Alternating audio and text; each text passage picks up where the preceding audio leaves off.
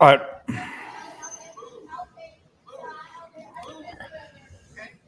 So this is the man.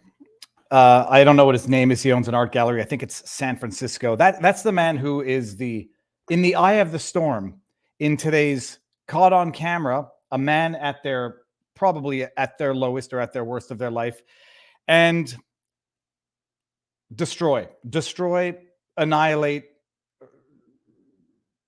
brutalize, end this person's social media existence, business existence, just end everything because it was caught on camera, because a man lost it and a man was caught at his worst moment, and it's going to live forever now. This is what went viral today on the Twitterverse. This guy is a shop owner. He owns a gallery. Someone in the chat, remind me where it is. Fair Frozen 55. I'll give you a little optimism after all of this. The man owns a gallery. Apparently, that homeless person squats out in front of his place in the interview of an apology, which no one is going to listen to. The irony is that the same people clamoring for the utter annihilation of this individual, his past, his present, and his future, are the same ones clamoring for criminal justice reform, rehabilitation of violent criminals, the racist system that punishes people who deserve second chances. This guy, no second chance, and no one's going to listen to the apology. And as bad as it is, not to say it could be worse. It's the dehumanizing aspect of this video. It's what you'd expect prison guards to be doing to prisoners as they dehumanize them for whatever the reason. But total annihilation. The guy makes an apology, explains the circumstances, trying to run a business, homeless people everywhere. This particular person, from what I understand, there might have been waste on the sidewalk that the individual was trying to hose off and asking the person to leave. And then he says something about her speaking in tongues. And this is what happens when the basic fabric of society breaks down, when government doesn't look out for people, doesn't look out for the homeless woman. It's not a question of looking out for the shop owner, which they're also not doing. Not looking out for the homeless people, not looking out for the vulnerable. And people snap, and that's not the justification, that's just the explanation. People snap, and I guess, touch wood, spraying someone with a hose is a form of assault, but at least it's not, a more violent type of assault, which we also see when people just snap. It's not the same type of vigilantism that we see when people snap, because the government is simply not protecting the property of the citizens, despite the people paying out the wazoo for them to protect their property. And so he did an apology. It will fall on deaf ears, and he explained the situation, but that's it. Now, what's the silver lining? Because, hold on, super chat right here. Wow, thank you, David. You just completely ruined my entire night with that clip. You know what the silver lining of that is? I don't know. There's not a silver lining. Don't judge someone by the worst minute of their life caught on camera, or at least judge them, but allow them the window of opportunity to repent and atone and ask for forgiveness and be forgiven. All right. Barnes is in the backdrop. I don't yet see Joel. Hold on. Uh-oh. Do we have a no-show? Robert? He needs Zoom. He needs Zoom? We need to set it up by Zoom. Chat, give me a second. Let me see if I can do this. Give me 1 second, Robert. While I have the pause, are you familiar on how to do it with Zoom? Oh, no, I have no idea. You need to do it with Zoom. He just needs to click on the link. His StreamYard doesn't work for him. Cripe. Okay, hold on. Let me see if I can do that while we talk in real time. I'm going to bring you out. Chat, let's see if I can do this in real time. I know that I've got Zoom. I don't believe I've ever set up a Zoom meeting. Zoom.us. Oh, if I set up a Zoom meeting, hold on. I think there's a way to do it. Okay, I'll screen share with the Zoom. Join a meeting. Sign in. I don't have an account. Okay, let's just... people? Okay, let me see if I can do this in real time. I forgot my password. Of course I forgot my password. Oh. See how fast I can do this. I am not a robot. Chat, in the meantime, what else is going on? Okay, we're going to do this in real time. Oh, I see the email now. Okay. Huh. Okay, click here to change the password. Everybody, maybe I'll just bring Robert in, and here, Robert, I'll bring you back in. You want to entertain the crowd while I do this? Sure. Okay, and then talk about what happened today. They passed the package deal. Here, entertain the crowd. I'll be back in a second.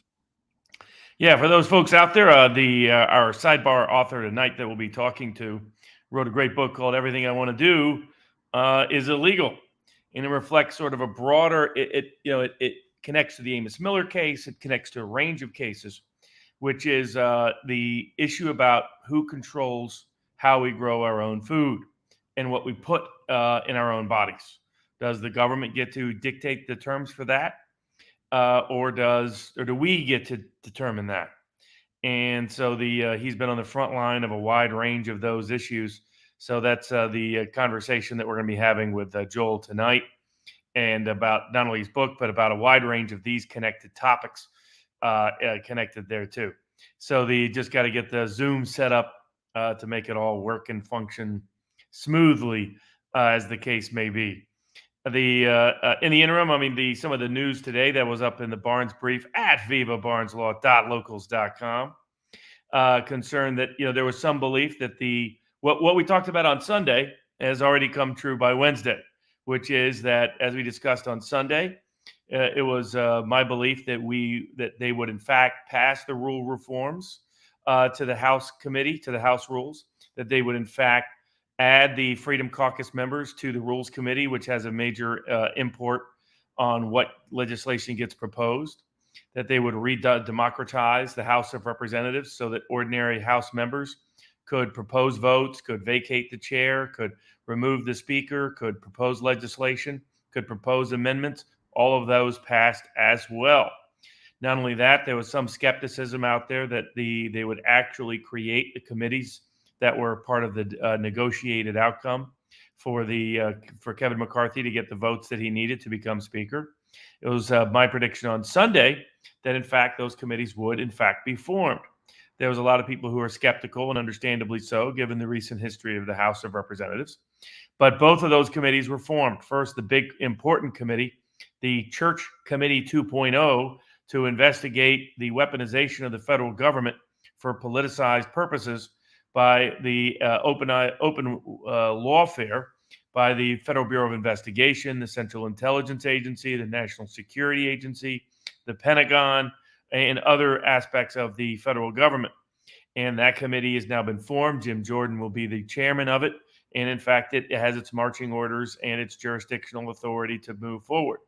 In addition, the committee was also formed to investigate strategic relationship and conflict with China. In fact, only about 50 or 60 Democrats opposed that committee. That committee as well has been formed. So what we talked about on Sunday has now already occurred as of Wednesday. So both of those things are promising aspects as we move forward. The additional information that came out this week that turns out has been known since before the election is that Vice President Biden, when he was Vice President Biden, after he left the White House and with Trump's inauguration in 2017, he took with him a bunch of classified documents. And unlike President Trump, he does not have the authority to declare those records declassified. Unlike President Trump, he does not have the authority to declare those records personal records or private records rather than public records. But how are we? We're going to see if this works. People are calling me a boomer. We're going to see if this works. Can I share? No. There has to be a way to be able to share screen with the Zoom link. Okay. I think I can do it. Okay, Robert, I think it's going to work. Joel, you can see me. Give me 2 seconds, or give us 2 minutes. In fact, because before we do anything, Robert, I was going to do the sponsor before we bring in the guest, because I hate doing sponsors in front of the guest. Robert, let me take you out for a second, and I need all the windows to do this. So I'll be back in a second. Everybody, I don't know why my screen looks like it's fallen down. Before we get into this, we're going to see if the Viva hack works. And it's a fitting topic because we're going to be talking about natural germs, what your body needs, how to make your own food. EnviroCleanse, people, is tonight's sponsored video. And oh my goodness, before I even move, did I put on customization? Hold on. Show more. Click paid promotion. Okay, there you go. Everybody, tonight's sponsor is EnviroCleanse. I'm going to share the screen with that because we're going to need the screen in a second. EnviroCleanse air filtration systems, everybody. It's that white box that I have in my house. I tell everybody it's very easy to sponsor products that I believe in, that I actually use. They're used by the Department of Defense on submarines. So in as much as we don't necessarily trust the Department of Defense, what we do trust them to do is look out for their own best interests. And they wouldn't be using it if they weren't good. Sorry, I'm okay. Sorry, I hear something in the background. But no jokes. We don't trust them except to preserve their own self-benefit. It's just so we know that they're using the best to make sure they have clean air on their submarines. When they go and raid the president's palace and do all sorts of things, at least they're doing it with clean lungs and clean air. Patented technology, not in the HEPA filters, but in the what they call the purification filter. It's like minerals that actually destroy flu viruses. If you have filthy, disgusting, germ-infested kids, it'll help you keep clean from them. ekpure.com, promo code Viva will get you a air purifying thingy thing and 10% off the unit. And there's financing because they are expensive. But for anybody who knows you need to breathe clean air, and it's among the cleanest things, the most important things you need. We're going to talk about this also, the idea of breathing in fecal matter, which I was watching Joel on Joe Rogan talk about this. We're going to talk about it. Sponsor, thank you very much for having the courage to sponsor the fringed minority, holding unacceptable views like making their own food, growing their own food, and being healthy. Now, moment of truth, people. I'm going to bring Barnes in, present, share screen. I may not be able to read the chat as we do this stream, but okay, so now if I see that, if I go here, what is this going to look like? Oh my goodness. Joel, can you hear us? All right. Sorry. I had some stand-up comedy in my intro. Let me just go to the webs and see what this looks like. I couldn't hear him though. You can't hear Joel? No. Hold on. Oh, is that going to be a pain in the neck? Okay, hold on. Joel, let me I thought I was so smart for a second. Darn it. If I go to chat, can't hear Joe. Okay, Joel, let me think about how to do this. Now, you're coming in there. If I go to computer settings, and I'm going to go to audio, mic, default speaker. How about if I do MacBook? Okay, mic check. Joel, can you give us a mic check? Okay, and let me see if... I can't hear him, no. You can't hear him now. Oh, that's because it's going to go the speaker on my computer. Okay, default. We're going to go back to the headphones. Let's see if the chat can help me, because right now I'm screen sharing with Zoom, but the audio doesn't seem to be working. You can hear him, but no, we can't. Is that it? Yeah, I can hear him now. If I take this out, Joel, now we're going to be able to hear you. Can you do a mic check, and we're going to see if there's an echo? I can't hear him. Now I can't hear him. Okay, so hold on. Oh, okay, hold on. MacBook, so speaker. Okay, now, Joel, let's try this one more time. Yeah, 1, 2, 3, ABC. All right. Are we good? I can hear him. That means the chat can hear him. And now the only question is whether or not there's going to be unreasonable echo. We might just leave this format the entire night. Chat, can you hear Joel speaking without insufferable echo? Too low. It was, yeah, just low is all it was. Chat, we might have to not let the perfect get in the way of the good, because I think if we figure this out, chat, jack up your volume. I don't think I can do more on my end, but maybe I can. Let's just see. Edit, stop screen. Volume too low on... Nobody can see that I'm sweating like an absolute pig right now. Sorry, sweating like an animal that sweats. If there's a way... I don't know that there's a way to do it, so we might just have to have... Joel, we might have to leave it at that. Settings. Okay, here we go. No, the settings are for me. I don't want the settings for me. And I don't think I'm going to be able to bring up the volume. Why can't I edit? Oh, because it's on the screen and screen. Okay, so we might, Joel, you might just have to talk loud to make this work. Sure, that's I can do that. Okay, and I think it's going to be, we're going to do it. We're going to do it, and chat, they say it's fine. Tell them to yell loud. Honor. One thing's for certain, we're going to be doing this on both platforms. We're not cutting the feed on YouTube. We're not tinkering with this. Joel, first of all, thank you very much. Sorry for the techno stuff. I've never set up an interview on Zoom, so it's a first for me. Joel, I think everybody knows you, actually. Not actually. I think everybody knows you. People have been clamoring for you for a while. But for those who may not know you, 30,000-foot overview before I get into some of your childhood upbringing and stuff, because I didn't get that from the interviews that I watched today. And then we're going to get into what's going on now. 30,000-foot overview. Who are you? Who I am. I'm a Christian libertarian, environmentalist, capitalist, lunatic farmer.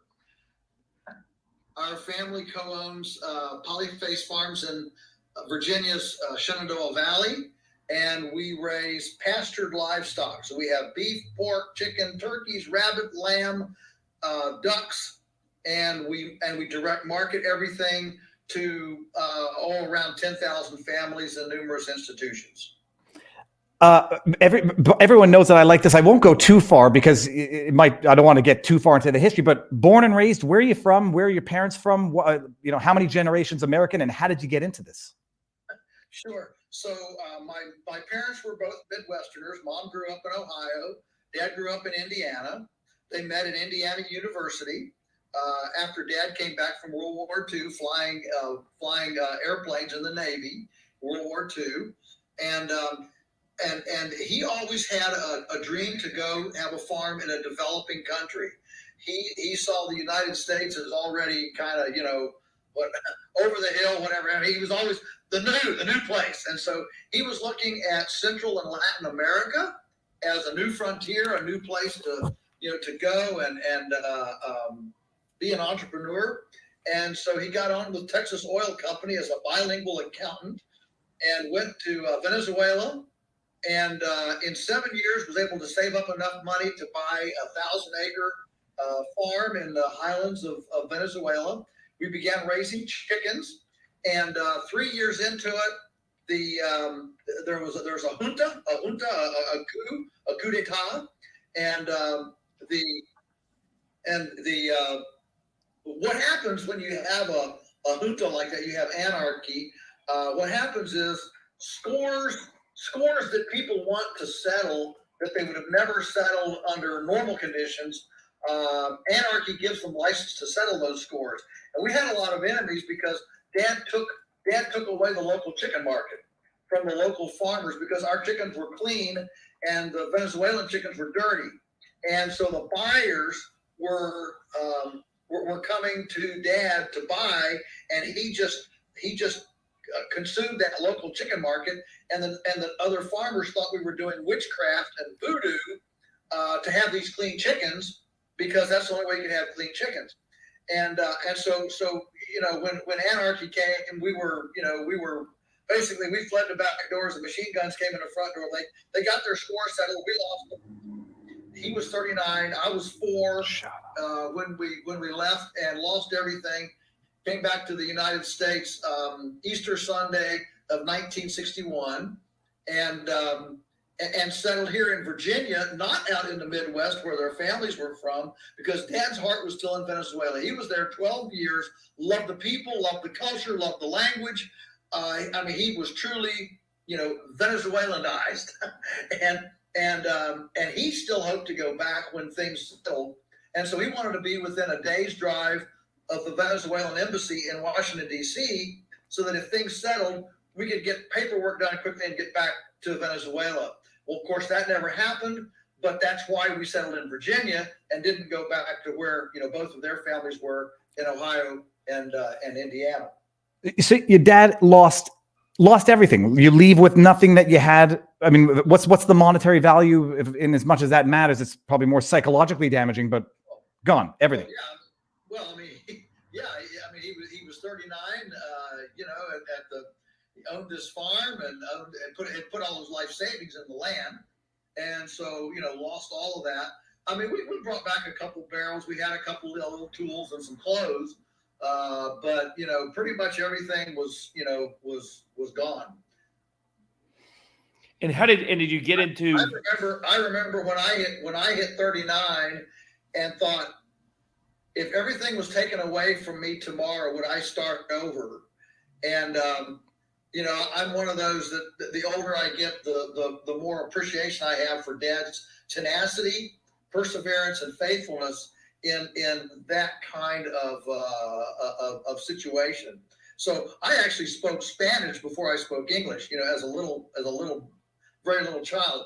Now, again, we left the farm when I was 3. We actually left Venezuela when I was 4.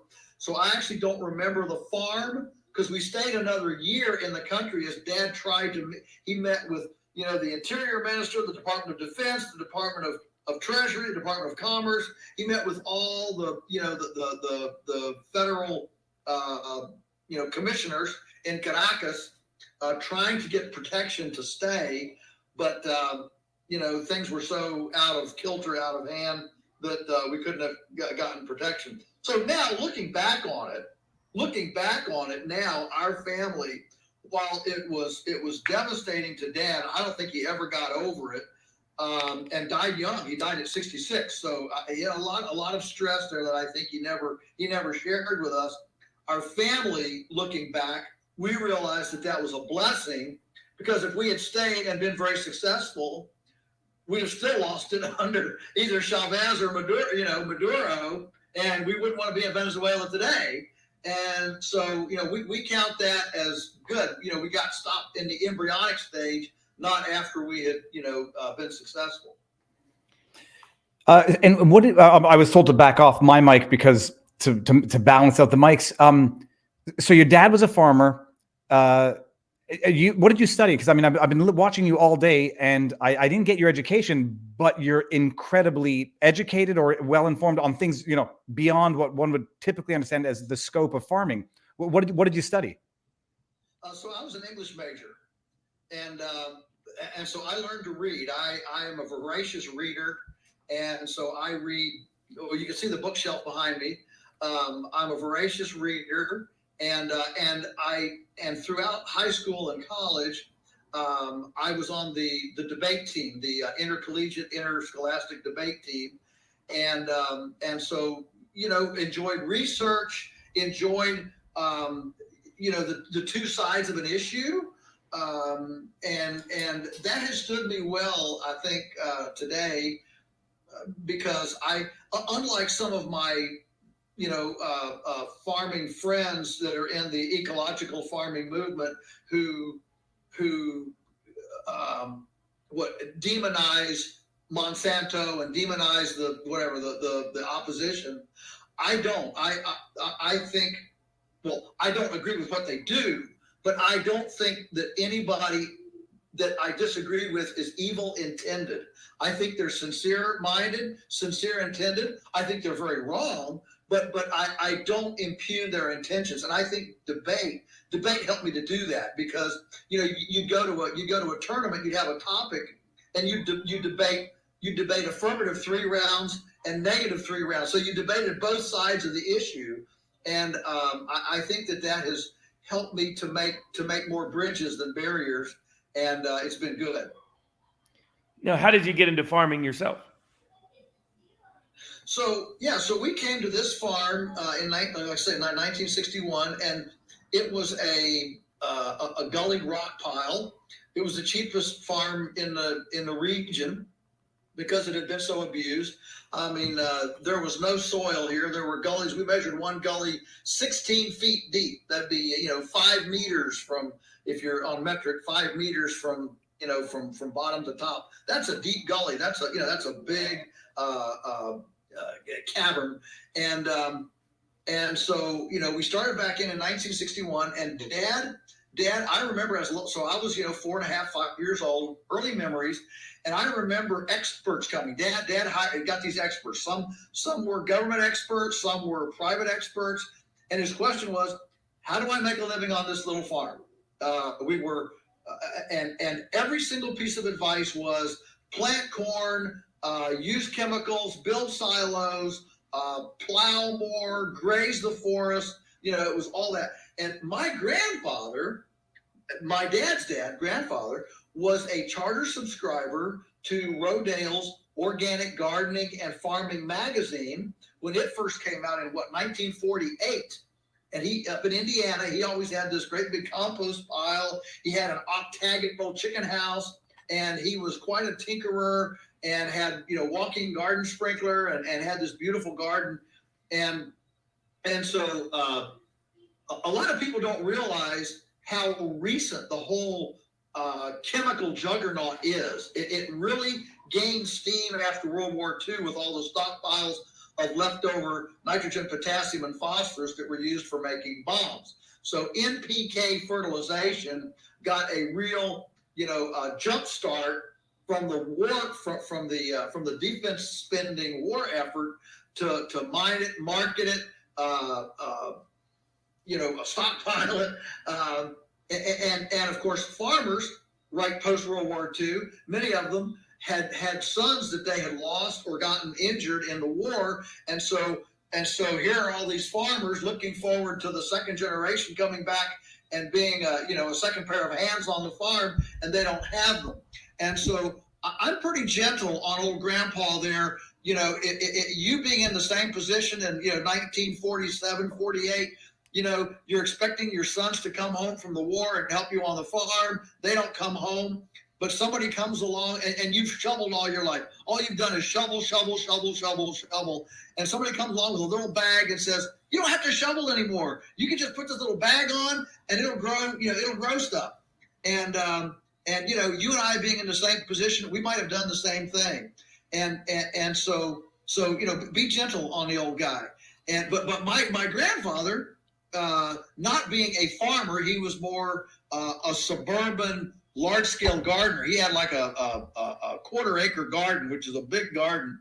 He sold strawberries, and he had honeybees and sold honey and different things. Dad got his, kind of ecology bent from him, and I got it from Dad. And so Dad was a trained economist. His degree was in economics and business administration, and he saw the chemical approach as basically a drug addiction. It was a treadmill. You had to get more toxic stuff. It was more expensive stuff just to stay even. And so a lot of his aversion to chemicals was not so much ecological as much as it was economic. He said you can't spend yourself into abundance by being dependent on earthworm killing chemical fertilizers. And so we went into the farm with that mentality. He did. And so the first 10 years we're doing a lot of experiments, and within a couple of years he went out to work, Mom went out to work, and their off-farm jobs. Mom was a school teacher, Dad was an accountant, and the off-farm jobs paid for the farm. So that's how the mortgage got paid. And that took about 10 years. By that time, I'm a teenager, and I'm really taking an interest in it. I got my first chickens when I was 10 years old, and really got the farm bug. I truly got the farm bug. And then the question was, so now I'm next generation. The land is paid for. How do I make a living on the farm? So that was the next question. That's an interesting thing. I never even thought of that. The idea of farming with nitrogen, what was it, phosphorus and NPK, potassium, and that was not a thing until after World War II, and then it became a thing, and that is presumably at least part and parcel of where farming sort of got industrialized, mass-scaled, and started heading downhill, so to speak? Yes. Well, the NPK formula really was a product of Justus von Liebig, the Austrian biochemist, who in 1837 brought to the world. He used vacuum tubes. He was trying to figure out what's life made out of. What is a tomato plant? What is it made out of? And he used these vacuum tubes. It's 1837. It's crude. And he determined that all of life is simply a reconfiguration of nitrogen, potassium, and phosphorus, NPK. And again, his goal was, how do we maintain fertility? in America, we were burning out soils as fast as we could settle them, and all over the world. And there was a huge concern about how do we maintain fertility. And so his intentions were good. And he brought to the world this basic NPK philosophy. If we can just figure out how to mine or create nitrogen, potassium, and phosphorus and dump it on the soil, we'll be fine, because that's all of life that life is. And so that kind of languished along, partly because we didn't have good mining technology. The Faber-Bosch system of taking nitrogen out of the air had not yet been invented. And so it kind of languished along until World War I and World War II. Historically, it's interesting to realize that civilizations make massive advances in technology during war, because war focuses everybody's attention on fairly basic survival things. And so it actually fuels and unleashes, and I'm not a fan of war, don't read into this, but what I am suggesting is World War I, World War II, that massive war effort, and you make bombs out of nitrogen, potassium, and phosphorus. That's what you make bombs out of. And so all of that war effort funneled billions and billions of dollars into NPK development. And that's where we actually went to the availability, accessibility, and the price tipped over. That's when it tipped over. Before then, it was pretty competitive with manure and basic basic soil management techniques. But after the war, there was no contest.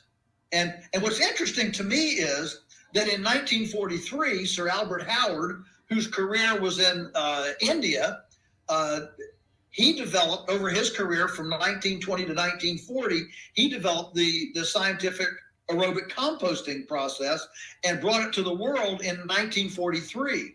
So I find it fascinating that the scientific recipe for efficient composting and the availability of cheap chemical fertilizer, the chemical approach, both of those came at about the same time around the World War II effort. The problem with Sir Albert Howard's composting method was that it required a carbon economy and carbon handling.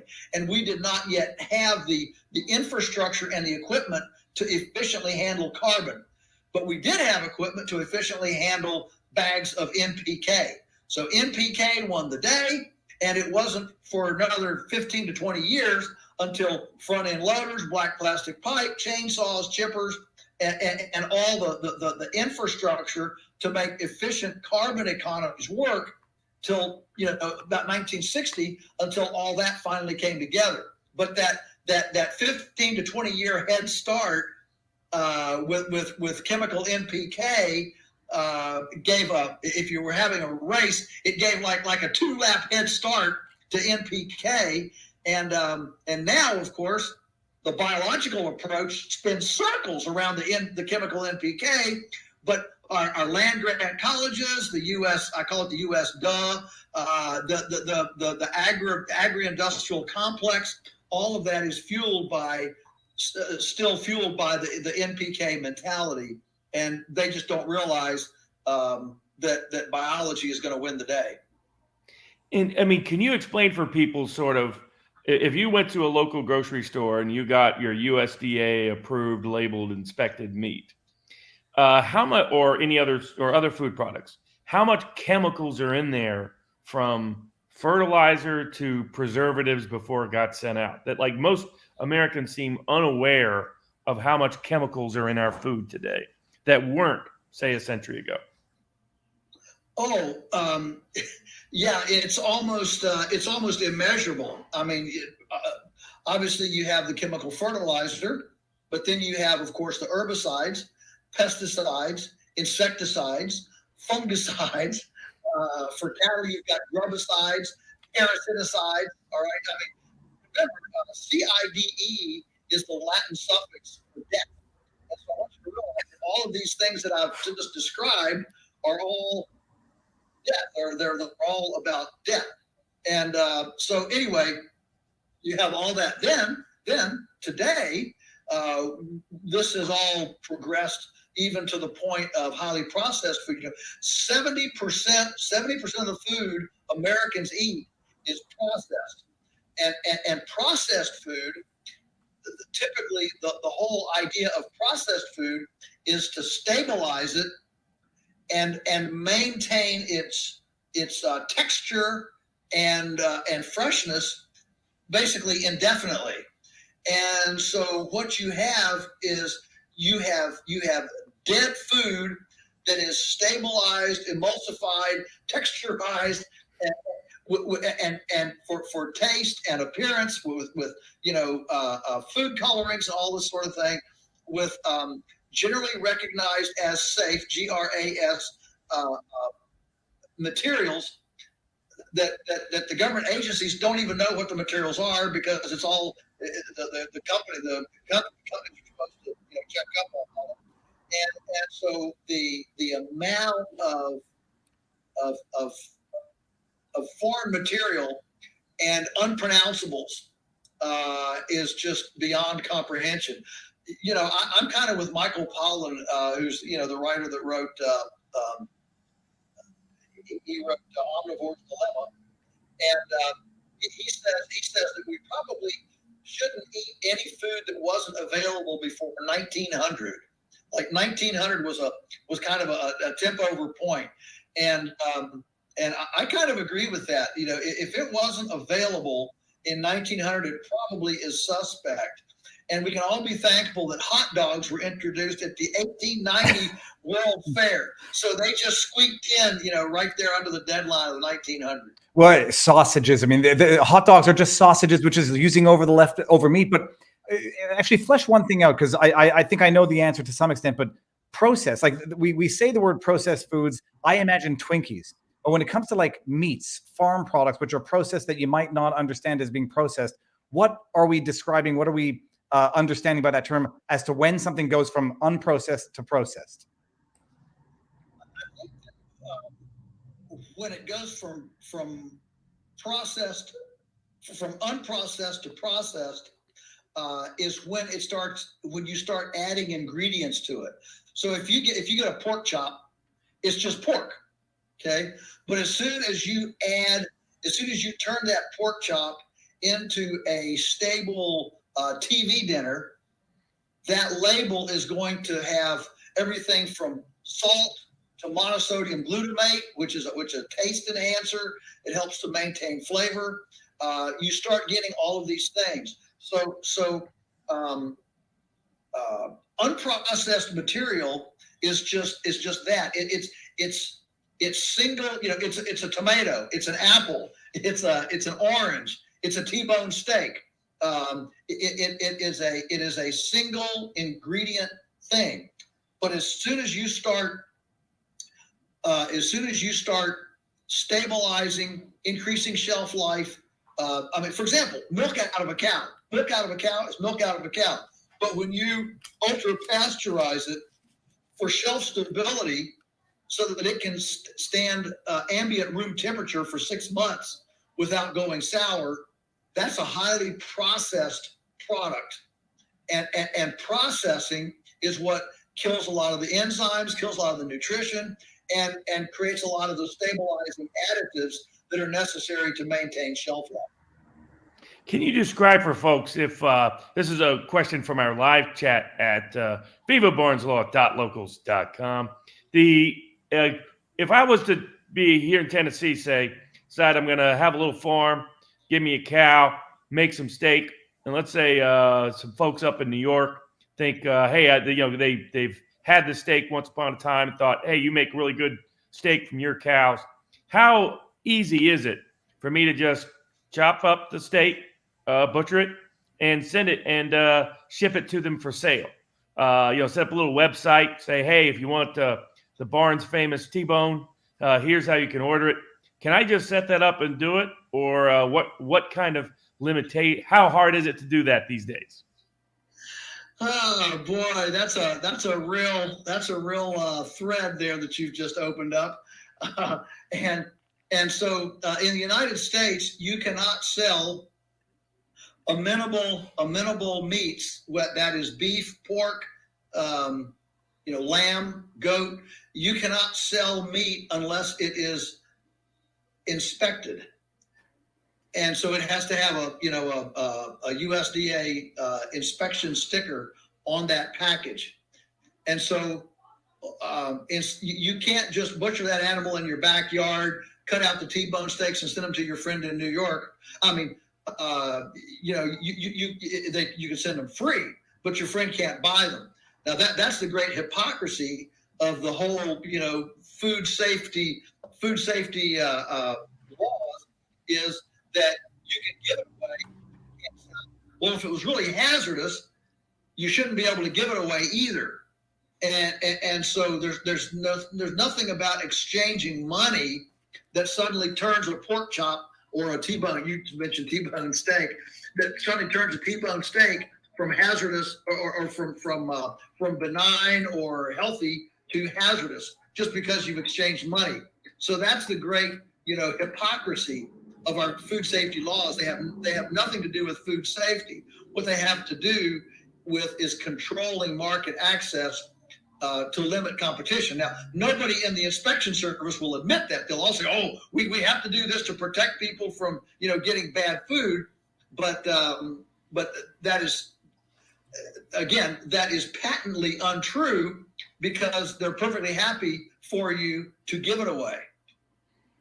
Gentlemen, if it looked like I was distracted, it's only because I got a pop-up that said, unless I upgrade, our Zoom meeting was going to end in 10 minutes, so I just had to go buy an annual subscription. So we'll use this again, Joel, when we do this. I was listening to that. The question I was going to ask you is, the processed food is one part, but getting into the FDA, USDA organic, like the beef that we think is certified and therefore healthier, or therefore more trustworthy than unlabeled, unstamped by government entities, I never fully appreciated just how disgusting it was. But you talk about herbicides, pesticides, fungicides, and whatever. But then I was, listening to you. You were talking about animals being kept in nasty conditions where they have to be jacked up with antibiotics so that they don't die, and that all of this gets into the meat. And this is the meat that we're led to believe is the healthy meat because it's government approved and it's got a stamp on it. Flesh that out a little bit for those who might be under the misimpression that if it's got a government label, it must be good. Yeah. So the government label does not check generally for the kinds of things that scare you. Now they do sometimes check for things like E. coli, salmonella, campylobacter, occasionally, not very often, occasionally. Most of it doesn't get checked. And so mainly the inspection is not about quality. It's about infrastructure. It's about protocol, like temperature chains and both hot or cold, as the case may be. Those kinds of things. For example, eggs. Government inspected eggs. They don't check for salmonella, E. coli, or anything in eggs. They're only checking for, if you call it a grade A, they're looking at the viscosity of the albumin and the air cell on the obtuse end. How big is that air cell? That has to do with, is it a grade A or not? It has nothing to do with nutrition. Has nothing to do with pathogens or toxicity or anything. It's a check on, if you say it's a large, well, are your scales correct? Is it actually a large or is it a medium? And again, it's not checking for pathogens and toxicity or even nutrition. It's just checking for, are your scales, credentialed? And so it's important to understand that the primary goal of the government certification program, inspection program, certainly doesn't have anything to do with nutrition. It has arguably once in a while something to do with with pathogens, microbes and things, but very, very little. Mainly it has to do with, do you have a certain tonnage of concrete, a certain lumens of light bulbs, a certain temperature in your cooler. The point I'm making is that you can do all of this in your backyard and be way cleaner, more hygienic, more sanitary, safer in that respect, especially if they're not grown in a concentrated animal feeding operation, a factory farm where the animals are ingesting fecal particulate all day and abrading their mucous membranes, their respiratory tracts. And so your ability to actually bring a clean, safe animal to slaughter or an egg to the carton is much easier and simpler at a smaller scale than it is a larger scale.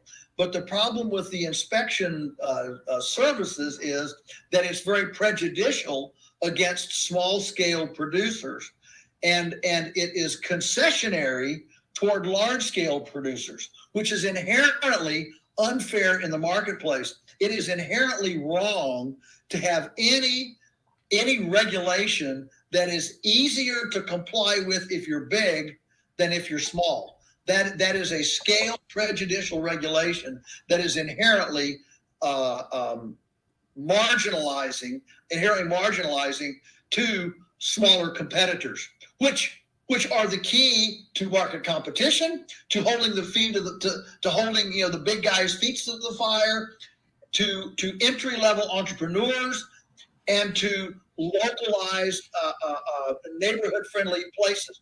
I'll just ask you a question. We've all been through COVID. We know what happened when COVID hit. All the store shelves went empty. Everybody panicked and went crazy. And so I would just ask you this. What if our country was serviced, instead of being serviced by 300 5,000 person mega processing facilities, canneries, slaughterhouses, things like that, if instead of being serviced by 300 mega centralized facilities like that, if instead we were serviced by 300,000 50 employee neighborhood processing facilities, would we have had as big a hiccup? I submit that that's a rhetorical question that doesn't even require research. We would absolutely have had a much smaller hiccup had we been serviced by a decentralized, democratized, neighbor-centric, smaller scale processing platform. One thing I was intrigued by when I was in France is that they still have a lot of small local farmer operations. Like I could go to the butcher, and if I trusted a particular farmer from the south of France, I could order the steak or the beef food from that farmer. French cheese is still not even available in the United States under the guise that, not in its true French form, under the guise of safety issues, etc. My understanding of the USDA's original import back to its foundation and Upton Sinclair's book, The Jungle and the Rest, was just was based on the informed consent consumer model. That the legal pretext, the political policy pretext was, we're going to make sure you, the consumer, know what's inside that food and that it is what it purports to be. So that if they're selling a can of corn, it's corn that's in there. If they say it's this kind, as you were talking about, this size egg, that's actually what it is. It was not to make them the U.S. farmer in chief of dictating how food would be made, how food would be produced, how food would be distributed, and controlling and dictating to us what food we could purchase as long as we are an informed consumer in the process.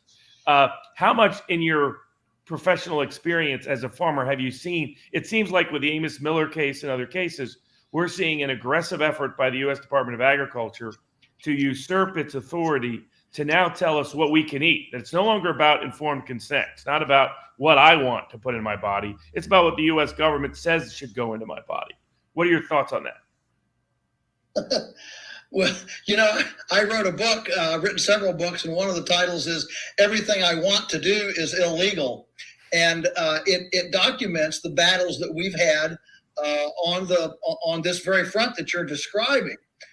There are lots of things that we would like to do that we can't because we're criminalized if we do them.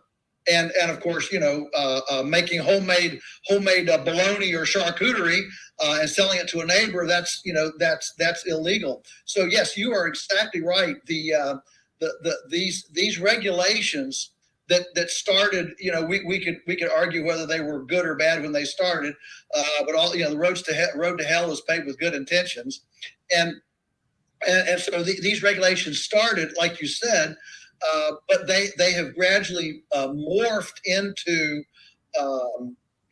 bureaucracies don't stagnate. They grow like a cancer.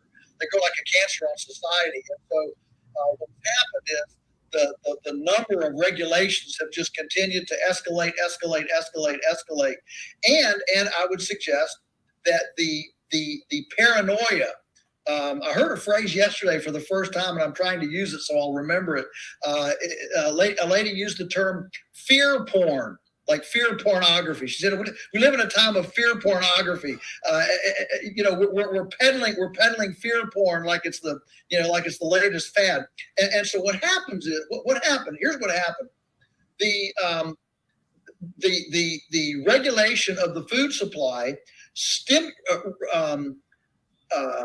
criminalized or marginalized many of the small processing facilities, like small neighborhood slaughterhouses, and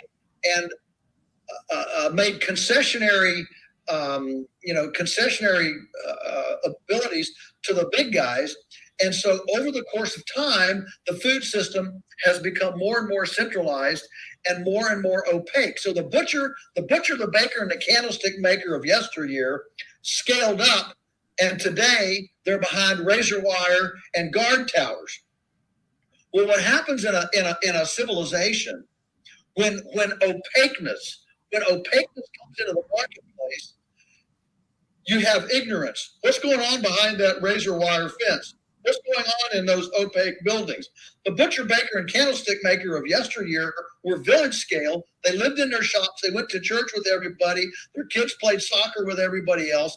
And so there was an openness and a relational transparency just because of the scale and the relational nature of the village butcher, baker, and candlestick maker. But when they scaled to industrial scale behind razor wire and guard towers, people began getting paranoid and fearful about what was going on behind those fences and asked for government oversight.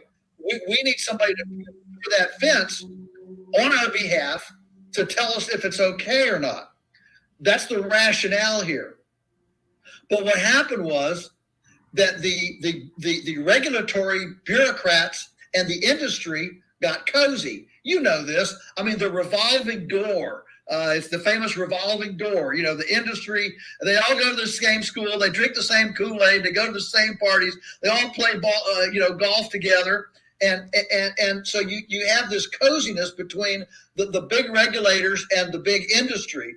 And so what happens is they work out things together, and everybody else gets summarily pushed, whether consciously or subconsciously, I won't say, but gradually it gets harder and harder for the little guys that aren't at that scale and playing that game, or newbies that want to get into the game. It becomes harder and harder for them to be able to get access to the market, and they gradually get pushed out.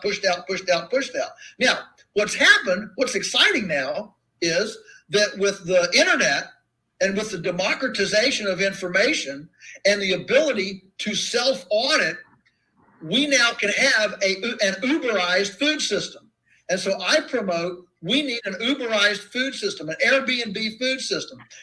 30 years ago, somebody said millions of people around the globe are gonna travel and jump into a car with somebody they don't have a clue who it is, who hasn't been certified by anybody except a rating system on your computer. You just said, you're nuts. I'm going to only get in a chauffeured, licensed, somebody's been to extra school, whatever, right? But the reason Uber worked and the reason Airbnb worked is because the internet has democratized real-time village voice so that so that the transparency of yesteryear on the village scale for the butcher, the baker, and the candlestick maker is now duplicated at a global scale with the real-time democratized dialogue via the internet and real-time auditing. And so I would simply say that the Industrial Inspection Service, as we know it, the food safety, the bureaucracy of food regulations, which was started to control the industry and ended up pushing out the non-industrial, unorthodox neighborhood outfits, it is now obsolete in the Uberized, Airbnbized marketplace of today. So, well, it's an interesting analogy, actually, because people will then say, well, you have some problems with Uber crime and you have some horror stories with Airbnb. And I flagged this comment just so we can actually, it's a legit question. Who picks that? So, analogize those problems with that democratizing of car service and Airbnbs to food. Who picks up the bill when Bob's Bologna from down the block kills somebody? But I think that question presupposes a conclusion, or that conclusion is based on a premise which is erroneous, that the ungovernment regulated food industry is itself inherently more dangerous, which I think is a misimpression, if I'm not mistaken, Joel. Is it like when you have recalls and you have a mass illnesses arising out of bad meat, bad milk, bad whatever, does it come from the mom and pops, or does it come from the mass regulated industrialized production centers? You have an extremely intelligent, reasonable head under that wonderful curling hair. Thank you. You hit the nail on the head. Yes, that is exactly correct. So here's the fact. The fact is there is no perfect system this side of eternity. You're always dealing with some sort of risk. I mean, people. Everybody's not an angel, okay? And sometimes they're not angels. A, their accidents can happen. B, you can have bad intent. All right, so there's all sorts of things that can happen. But to think for a minute that bureaucrats are A, not political, and B, more honest and honorable than small scale than your neighbor who milks a cow next to your house. To say that the federal government bureaucratic system is more honorable than that neighbor, it's not a reasonable statement. And so the fact is that farmers like me, who are direct marketing into the marketplace, we don't have a bunch of Philadelphia attorneys on retainer as a veil between us and us and our customers. So we are far more careful, and I would suggest that our farming techniques. I'll give you an example. We had some empirical tests on microbes on our chickens, for example. We use no chlorine whatsoever. The industry uses as many as 40 chlorine baths on their chickens. And that chlorine, of course, goes into the meat and all that. So anyway, so we had a test done measuring bacteria on the skin of our chickens. And the ones in the store that were USDA inspected averaged 3,600 colony-forming units of bacteria per milliliter, and ours averaged 133. Now, we still had some bacteria, but we were 25 times cleaner than the ones in the store that had chlorine. But you got to realize ours are coming in from the pasture. They don't live in fecal particulate dust. They're out on pasture, and they're not in big 15,000 bird houses. And so this is the kind of thing that these regulations do not recognize and do not pick up. The fact is that you're right. Scale is not everything. You can certainly be dirty and be small, but the chances of being clean and small generally are easier than trying to be clean and be very large. If the USDA disappeared tomorrow, would our food supply be more nutritious and safer? Absolutely. Absolutely. If there were one thing I could wave a magic wand and do, it would be simply to abolish the USDA. It is simply a mouthpiece and has done a lot to promote the mechanistic view of life, that life is fundamentally mechanical. I believe life is fundamentally biological. Now, are there mechanical things in life? Absolutely, there are. But first and foremost, life is fundamentally biological, not mechanical. And so the entire cultural theme is predicated on this mechanical view of life, which the USDA pushes. If there were no USDA, then people like me could duke it out, if you will. We could duke it out in the marketplace with Purdue and Cargill and Tyson, and we could duke it out in the marketplace, at our own level. But what farmers like me now have is we have a stacked deck. Not only are we duking it out with Tyson, we're duking it out with all of the credentialed PhD experts at the USDA that speak to me condescendingly, marginalized, and tell me that I want to, destroy the world. And so it's a stacked deck. You put us one-on-one, toe-to-toe, and we'll be glad to compete in the marketplace. But right now it's a two-on-one. You meant, when I asked the question about who gets sick from the bologna, I'm prone to these types of things as well. Growing up, you just think things are better and cleaner and more safer at scale. And I remember I used to always eat gas station sandwiches because I was like, oh, if they're at a gas station, it has to be safe and it has to be good. And then my father-in-law told me about listeria, and I never ate another gas station sandwich again. But I heard you say it on Joe Rogan, and I love it because it's very Heideggerian, where you say you let your animals be animals, and it respects the life. It's more sustainable. It's better for the product. You let the chickens be chickens. You let the cows be cows. And I think it was Heidegger, being in time. Let the thing be the thing. Right. But with scale, you scale production, but you also scale problems. With more smaller factories, you have redundancy, and redundancy probably isn't good at COVID. But the question is this: we heard during COVID that they were slaughtering pigs because, for whatever the reason, they were dumping milk. I couldn't believe it, and I still don't really understand if I understand the reason why. Is it true? And why would, in a time of food shortages on shelves, why would farmers anywhere be slaughtering pigs and dumping milk when people need that food on shelves?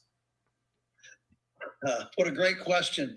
I'll try to be very clear and very succinct on the answer. The answer is the farmers were producing it, consumers needed it on the other end, but between them, there was an extremely centralized supply chain that was highly fragile. So that fragile supply chain, during COVID, people were getting COVID. They were shutting down. John over in Section D got COVID, so we better let all the people in Section D go home for 2 weeks in quarantine.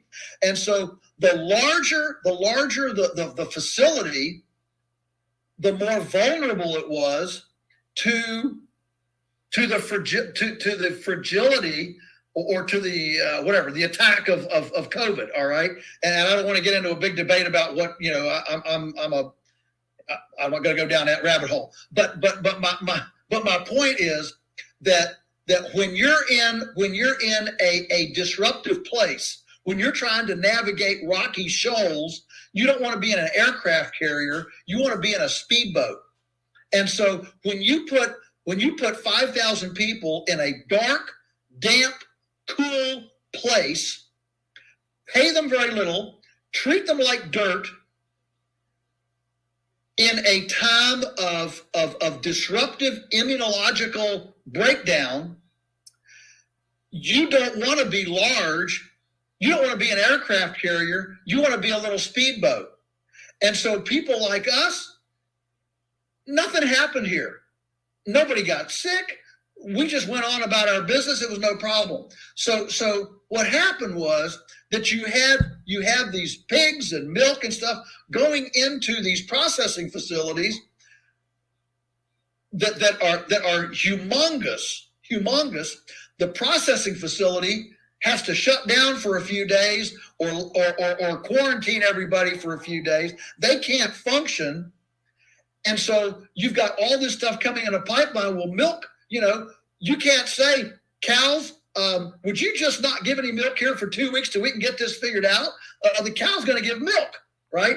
And that milk has to have some place to go. And if it doesn't have any place to go, it's going to get dumped. Pigs, you have all these pigs, thousands, millions of them a day are going to the slaughterhouses. You can't tell the pigs, quit eating, stop growing, wait 3 months, and we'll see you in 3 months. No, those pigs are continuing to go, and so chickens and pigs. Now, there weren't, the reason they didn't slaughter very many and throw away very many cows was because beef is the biggest of the animals, and it has the largest amount of flex in its grow out time. So if you keep a beef a couple extra weeks, they'll be okay. But you keep a chicken a couple extra weeks, and it's not a chicken anymore. So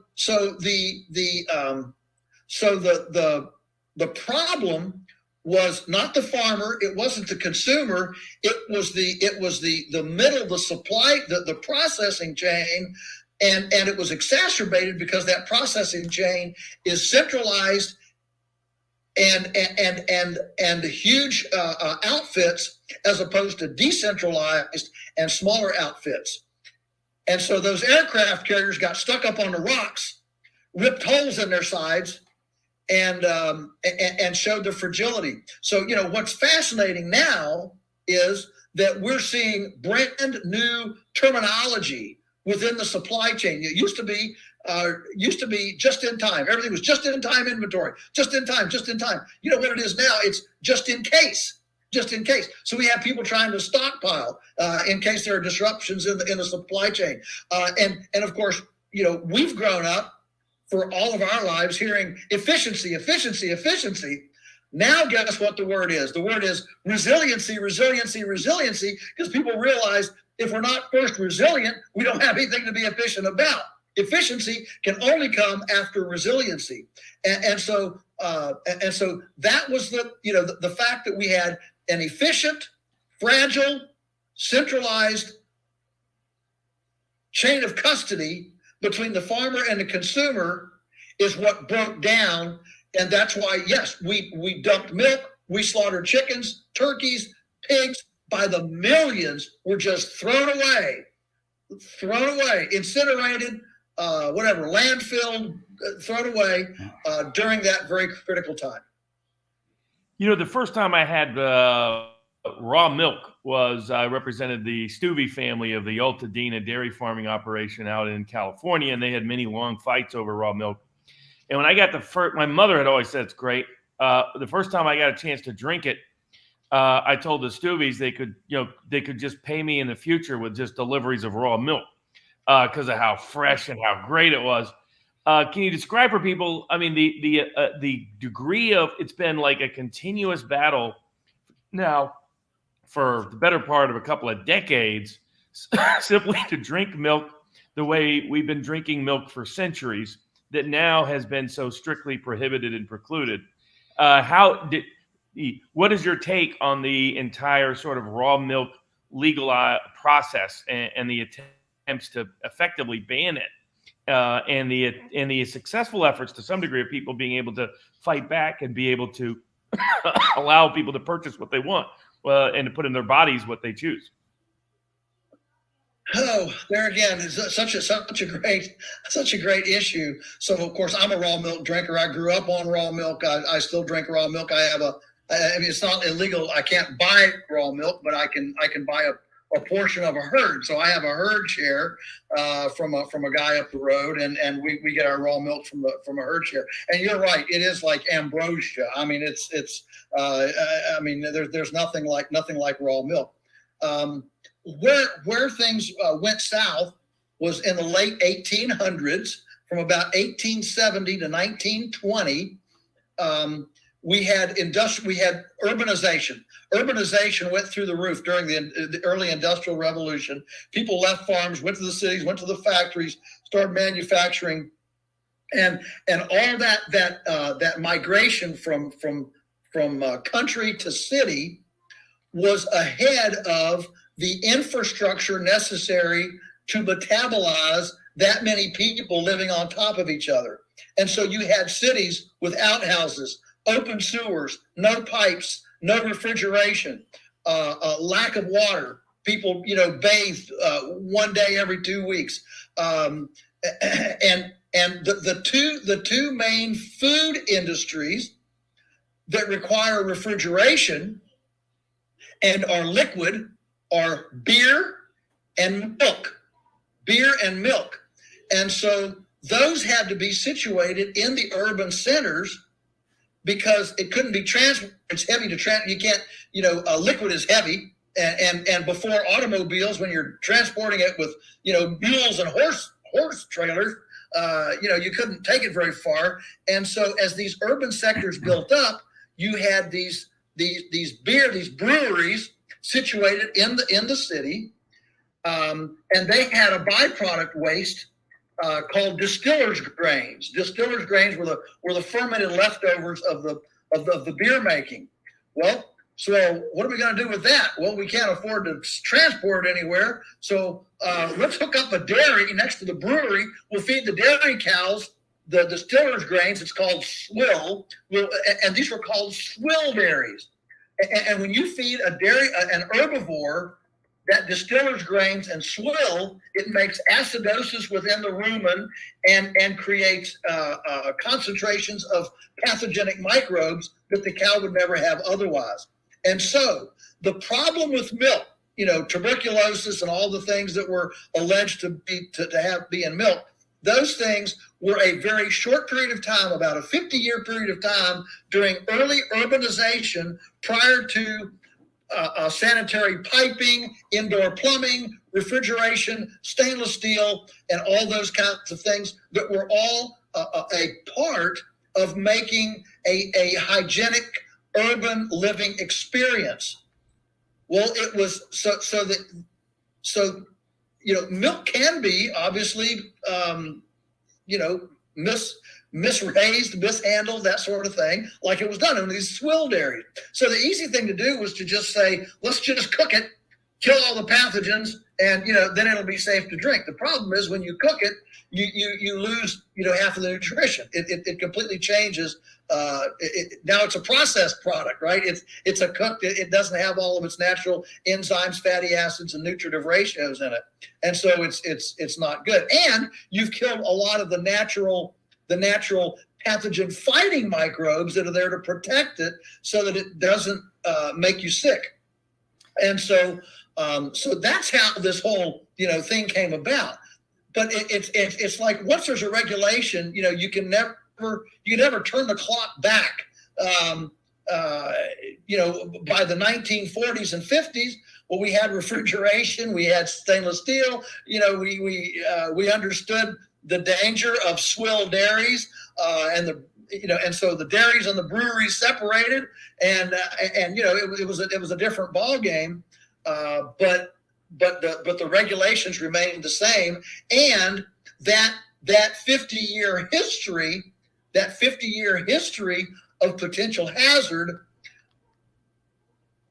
stayed as a literature data foundation for the regulatory climate. Uh-huh. And so the regulatory climate did not adapt to the new knowledge infrastructure, microscopes, little test strips now that you can dip in to do testing of milk. All those things have come, in the last half century, but the regulations remain. That's where we are. So my position on all this is that one of the most critical decisions I can make for me is how is the fuel I'm going to feed my microbiome. And what's happened is that as the government, as society has determined that I'm responsible for your health, and the government has gotten in the healthcare business, instead of me being able to say, well, if I want to eat high risk and ingest things that you don't think are healthy for me, it's my body. I can do what I want. But as soon as we have government health care, now suddenly I can't make that decision, because if I practice risky behavior, that creates an economic problem to all of society that then you have to pick up the tab. So suddenly it's not, I can't make a choice of what I ingest or what I feed my microbiome. No, actually, you own a part of me, because you're going to have to pick up the health tab if I make risky choices. And so the whole healthcare, food freedom, discussion is heavily intertwined from a policy philosophy standpoint. It's not just, if I want to hurt myself, I should be able to hurt myself. That used to be fine. If I hurt myself, then I got to pick up the tab for fixing myself. Okay. And so I can hurt myself. That'll be fine. But if you're going to pay for my health, then you're going to have a say in whether I can hurt myself or not. And what hurting myself means is different for different people. I mean, I think Coca-Cola is not healthy, but that's perfectly safe. You can feed your kid, 5 jugs of Coca-Cola every day. That's perfectly fine. They can get type 2 diabetes, and my taxes have to pick up the tab for you're feeding your kid a Coca-Cola. But I don't have, by the same token, the same right, if I'm going to feed my kid raw milk, to take the risk of the child having raw milk. So safety, the thing I'm pointing out is safety is highly subjective. Safety is not an empirical objective science. I think people engage in very unsafe behavior all the time. And it's okay to engage in unsafe behavior if you actually are responsible to pick up the tab for your own negligence and lack of safety. But as soon as you pick up the tab for me, or I pick up the tab for you, now I have a philosophical and an economic and a social imperative to intervene in your decisions to make sure you don't do something that I consider risky. Joel, I was going to say, I've never had raw milk that I know of, but I've had milk from the source of 2 entities. One was a goat and the other was my wife when we were breastfeeding, because I needed to know what it tasted like. And it tasted a little different. The goat was interesting. But question that I have, and people in the chat are rightly pointing out that you can't get raw milk, but the government can compel you to, inject something else into your body that has not been around for as long as, raw milk. But we'll set that political discussion aside. Is it true? The rumors, Bill Gates, a number, some private interests acquiring massive amounts of land in America. Is the risk as big as we think it is? And what is the solution to that risk, if there is one?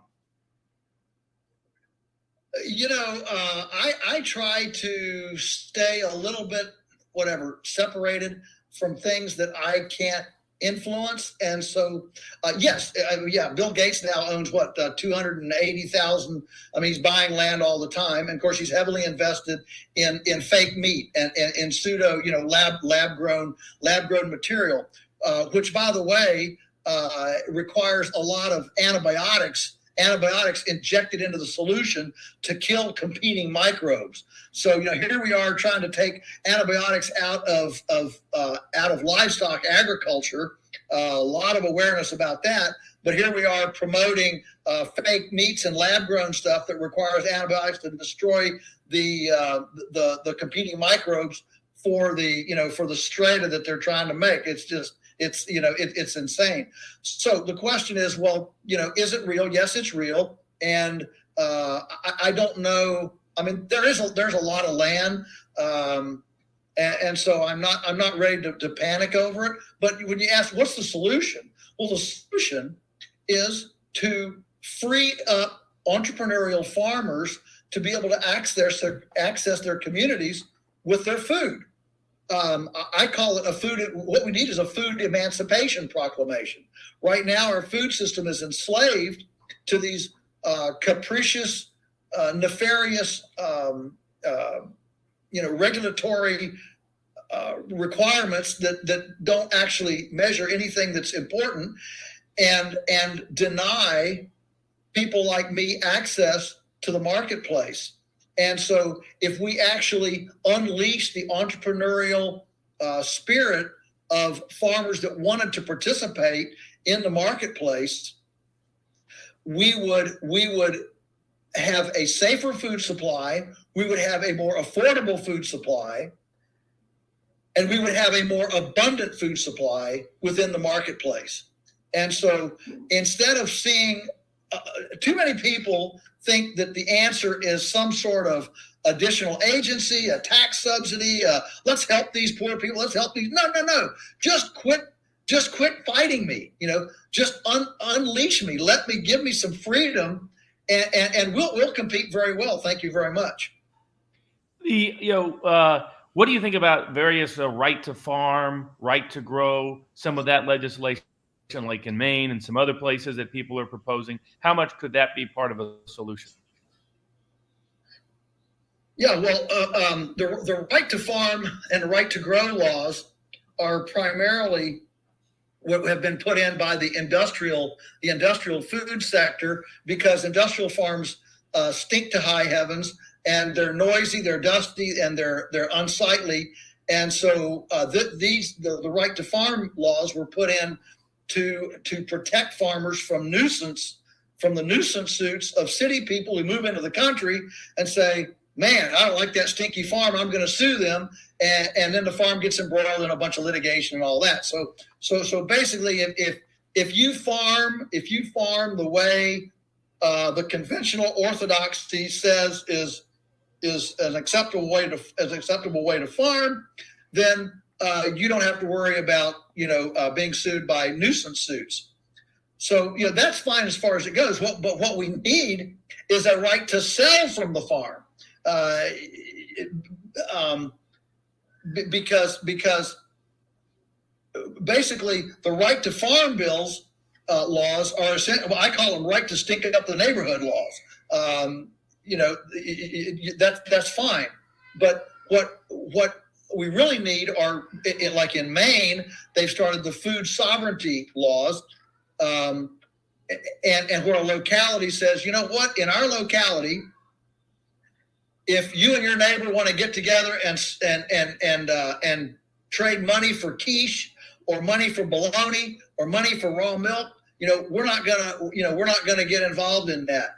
And of course, so several townships in Maine have passed these food sovereignty ordinances, but they've now been determined illegal. The federal government comes in and they say, if you do that, we're going to deny the state inspection, and the state won't be able to sell anything across its border. And so there are a couple of really, I think, doable remedies here, or let me say, sellable remedies. And one of the problems is that we don't have the ability to experiment. For example, one time I was down in Richmond testifying for a cottage food bill, and the head of Virginia Department of Agriculture took me aside during a break, and very sincere, nice guy. I'm sure he's got kids that play soccer and, well-intended. He told me, he said, Joel, we can't let people choose their food. If we let people choose their food, we won't be able to build enough hospitals to house all the sick people that are choosing bad food. And the problem is, I can't look him in the eye and say, actually, it wouldn't happen that way. I think food would be more abundant, more affordable, and higher quality if people could choose their food. But the problem is the way the regulation laws are, the inspections, a locality can't even experiment to try to see if that kind of freedom would work. He might be right. Maybe it would fill up the hospitals. I have a sneaking suspicion it would help empty the hospitals. But I don't have a way to argue the point with him empirically, because he won't let my locality do an experiment to find out if it's actually true. So it seems to me like a saleable option would be a federal. We have a right to farm. How about we have a right to sell, and we offer. It doesn't require anything except if a locality wants to have an unregulated food commerce platform, we're going to let them do it, and we're not going to interfere. Okay, we're not going to interfere with them, and let them try it, and let's see what happens. The problem is, as we have federalized everything, as we have taken everything to the centralized federal level, we have eliminated the ability to diversify our experiments and even try innovative, creative solutions to the biggest problems of our day.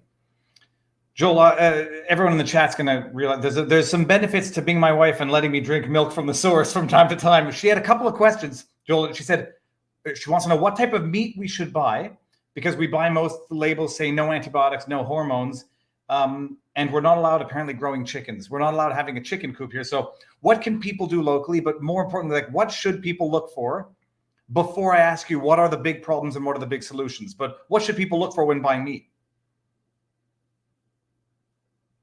Well, where I start on the answer is don't go to the store.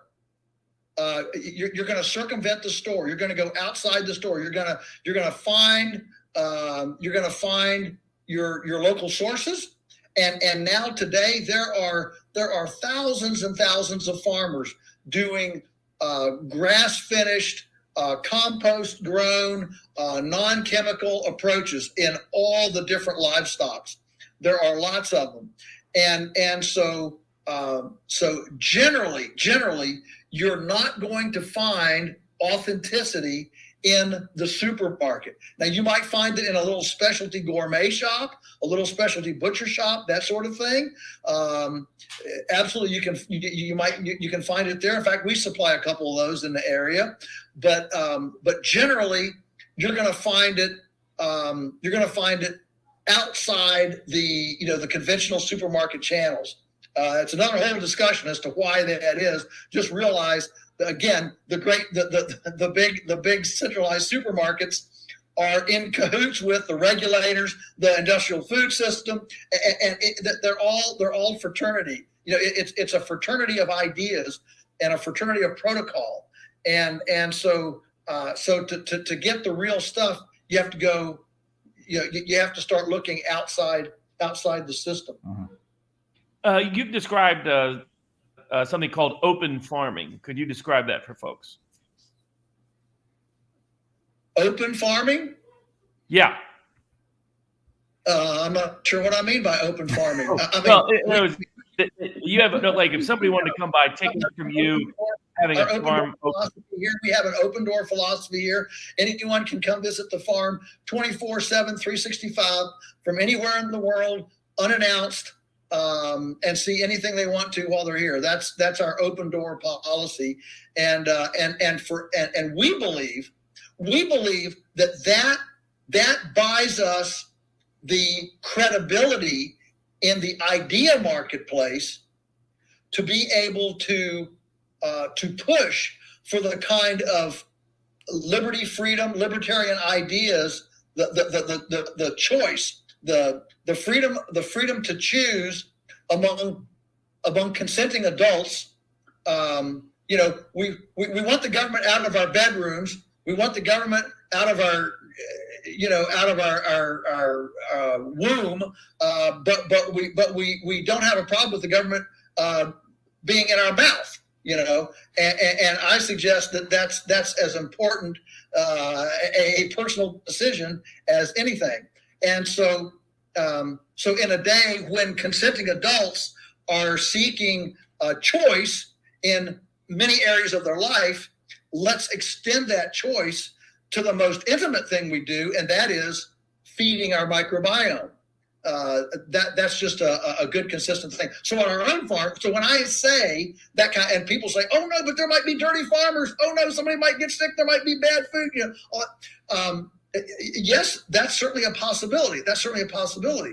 But what if you granted that? What if part of that freedom were if a farmer wants to do this and come out from under government oversight? The trade-off is the farmer has to rip down all the no trespassing signs and have an open door policy that anyone can come and inspect anything on that farm unannounced anywhere in the world. That's a trade-off I'm willing to make. I would love to have that kind of trade-off. And I think that having that kind of open door policy gives us credibility in that idea marketplace that we're willing to go to that point. Joel, one question, I guess maybe it might be a big one, but in terms of the biggest problems facing people in the near, short, medium term, is sustainability the issue? Is pricing the issue? And what is the biggest problem facing people in the short to medium term? And what's the solution? The biggest problem facing people is the fear or is inertia. I'll just say inertia. There is plenty of good food out there. I mean, we now ship nationwide. We'd love to see, additional sales. We have capacity to double tomorrow on our land base. Our weak link is the market. Well, why is the market? Well, it's because everybody's going to McDonald's. They're going to Hardee's, and we've talked to, everything from, Burger King to whatever. And nobody's interested in quality, and people don't care, people don't care about nutrition in general. And I'm not trying to be too broad a brush here. Certainly some people do, but in general, people care more about the health of their dog and their cat than their own kids. They go get really high quality food for their dog, take their kids to Happy Meals at McDonald's. This is intellectual schizophrenia. It's intellectual schizophrenia. And so the biggest problem that people face is thinking intentionally about what they're doing, about their activities, and not just, going with the flow. The hardest thing to do is to, go against the flow. And people want to be, I heard this quote just yesterday. It was really interesting. The old Indiana University basketball coach, Bobby Knight, said, everybody wants to win, but who is willing to do the preparation in order to win? So everybody wants to be healthy, but who's willing to do the prep work and the intentional choice work, the sleuthing work to be healthy? And so as much as we've, lambasted the regulatory environment, we've lambasted a lot of things here tonight. The biggest impediment facing all of us, you and me too, is that we get stuck in our rut. We get stuck in our routine, and we tend to just want to keep doing what we're doing and hoping for a different result. And we're stuck there. So as my son says, our biggest weak link is between our ears. Our weak link is between our ears. And if we can get through that, then, we can make big changes. Could you describe for people, do you butcher meat on location at your farm, and what some of the hurdles are for farmers to do that? The Amish community's been doing it for a long time as part of the whole Amos Miller case, as government doesn't want him to do it because they have their own protocols and procedures, and they want him to make it and process it differently than his customers want and then he traditionally does. Could you describe some of I think the ordinary person thinks this still happens. You have the farmer butchers the cow right there and ships it. but that in fact, increasingly, that's no longer the case due to the USDA. Well, it hasn't. That hasn't happened for a long, long time. So in order for me to sell you a T-bone steak, we'll go back to your T-bone steak. In order for me to sell you a T-bone steak, I have to take the beef to an inspected slaughterhouse. The closest one that we have is 30 miles away. And there it gets processed, and I bring home USDA inspected packages that I can then sell to you. Legally, that's the only way I can sell meat in the United States. And so you can't butcher it in a backyard. You can't even take it to a neighborhood custom butcher house. You have to take it to an inspected facility. And because the regulations are scale prejudicial, small facilities like we use, the compliance cost is up to 5 times as much as it is for a great big processor that's doing 5,000 animals a day. The same thing is true with chicken. Same thing is true with pork. All that has to go through an inspected facility. And so what that does is it removes all this from the farm. It removes all of the waste product, the feathers, the hide, the guts, the all that could be composted and returned to the fields and returned to the farm whence they came. Instead, it's lost and rendered, and generally, it certainly isn't used as any kind of fertilizer generally, but that value is lost and segregated. It rather than being integrated, it's fundamentally segregated. It's important to understand that our food system right now, if I was to give one word to describe it, it is fundamentally segregated. Nature is fundamentally integrated. You see things live, grow, die, process, decompose, and add fertility in proximate. It's an integrated system. Whereas what we've created is the fertility. The fertility comes from oil wells. The corn is grown somewhere else to be fed to animals somewhere else, to be slaughtered somewhere else, to be sold somewhere else. None of this is connected. It's all segregated. It's not integrated. It's segregated. And ultimately, truly sustainable ecological systems have to start by being integrated, which is why being able to process the animals on a farm and sell them to our neighbors is such a critical component, not just of economics and not just of sanitation, hygiene, and safety, but a primarily concern of closing the ecological cycles, the natural ecological cycles that nature closes. Yeah, in that respect, is it an example where specialization and scale that has happened with globalization of the economics was not such a good idea when it comes to food? Yeah, well, here again, we go back to this discussion of, is food primarily biological or mechanical? And, when Joel Arthur Barker wrote the book Paradigms and introduced the term paradigms to the world, one of his axioms of paradigms was that every paradigm eventually exceeds its point of efficiency. In other words, you start down a paradigm, and you refine it, you tweak it, and you scale it, and you scale it, and you scale it, and eventually it outgrows a great example was the supersonic Concorde, the fast jet, the great big luxury jet that made it from Paris to JFK in whatever it was, 2.5 hours or something.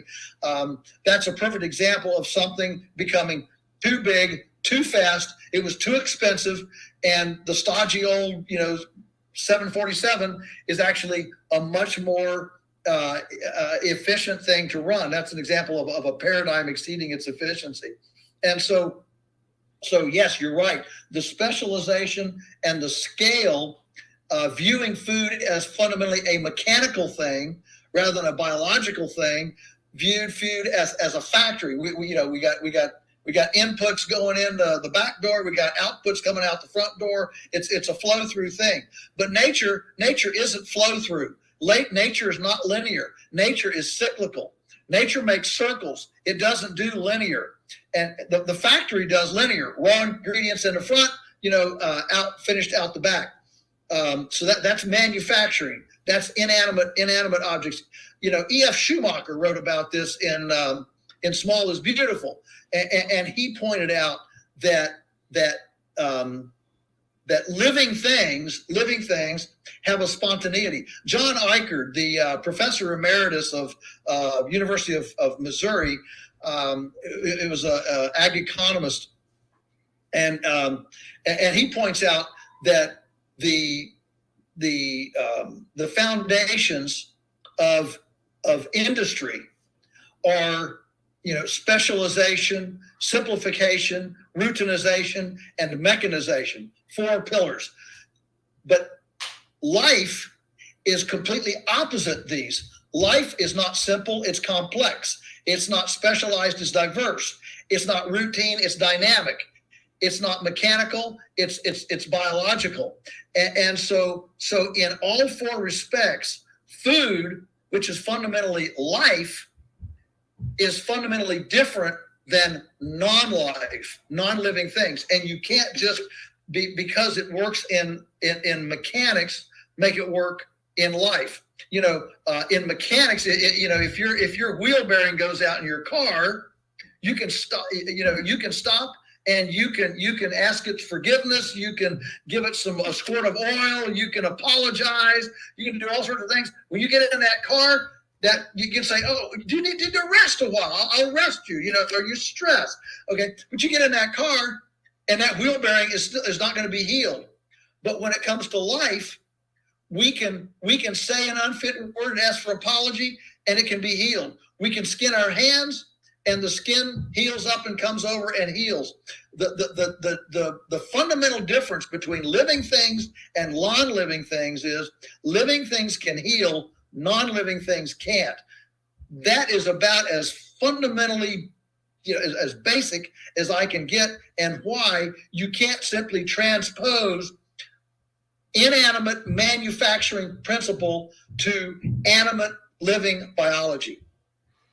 Joel, I was going to ask you for a white pill to end the show. That would have been good enough, but I'll regret it if I don't ask this. I saw you mention it on Rogan, and you had a great philosophy about health, but it was beyond physical bodily health. It was spiritual health. And I don't know if you're going to remember what you said, because I'd love to end the show with it.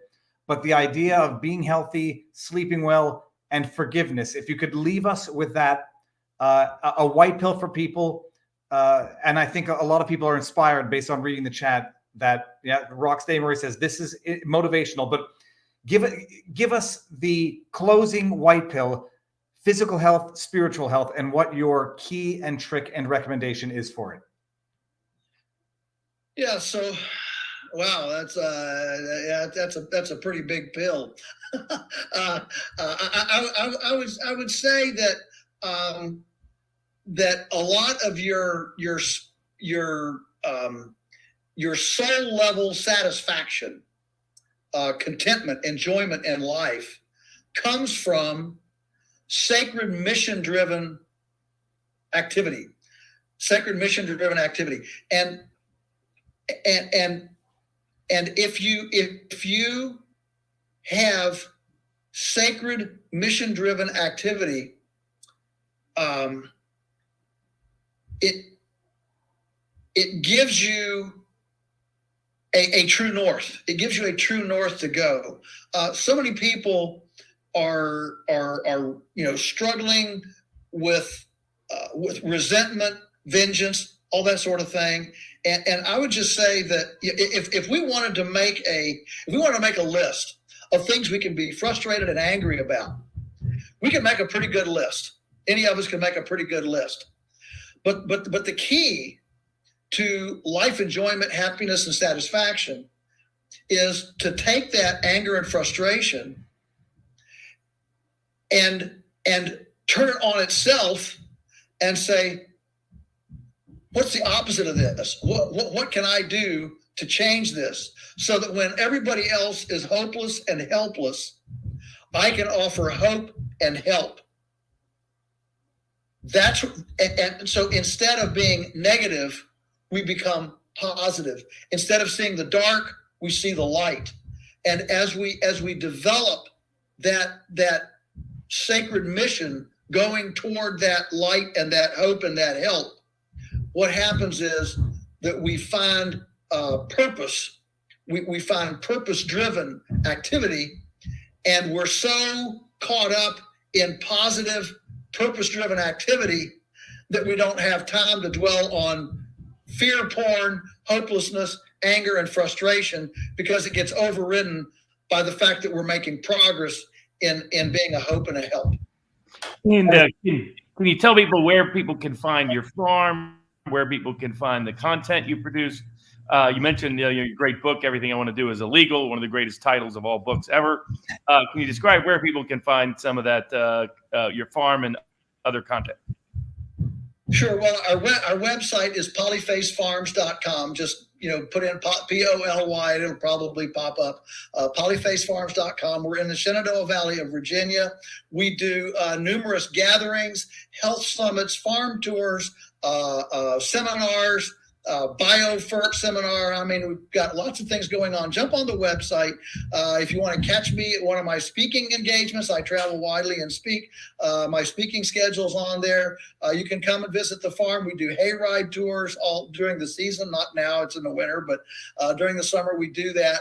And if you want to get any of my books, you can get them there as well as you can on Amazon. But we make more money when you buy them from us. So anyway, yeah, the website there, Polyface Farms, is pretty comprehensive. And if you want food, we'll be glad to. If you don't know where to get it, if you're stymied, I just don't know where to start. Well, you can start with us. We'll be glad to supply you until you can find your local producer. And we're glad to jumpstart that because of shipping efficiencies and logistics that we've had develop in the last 10 years. Now I can honestly say nobody has an excuse to not get authentic food. You don't have to be tied. The logistics now of shipping capacity have completely revolutionized that whole thing. And so, so you can avail yourself of a lot of options. There are a lot of options, way more options than you had a long time ago. So it's an exciting time to live, and it's a disruptive, for sure, disturbing time to be alive. But there's also, a lot of things we can do at our fingertips. I'm not sure where the world is going, but I know where you and I can go if we have intentional purpose and an exciting outlook for the future. I'm excited about what we can do individually, despite whatever happens out there. I love it. Joel, stick around. We'll say our proper goodbyes after we end this, and I'll post your link in the pinned comment, both on YouTube and on Rumble. It's a miracle that this worked with the audio, but miracles happen. So Joel, stick around. Robert, as always, we'll see everybody tomorrow. Thank you all for being here. Sorry for the audio issues, but it was fantastic. And Joel, we'll say our proper goodbyes. Everyone in the chat, have a good night. Peace out.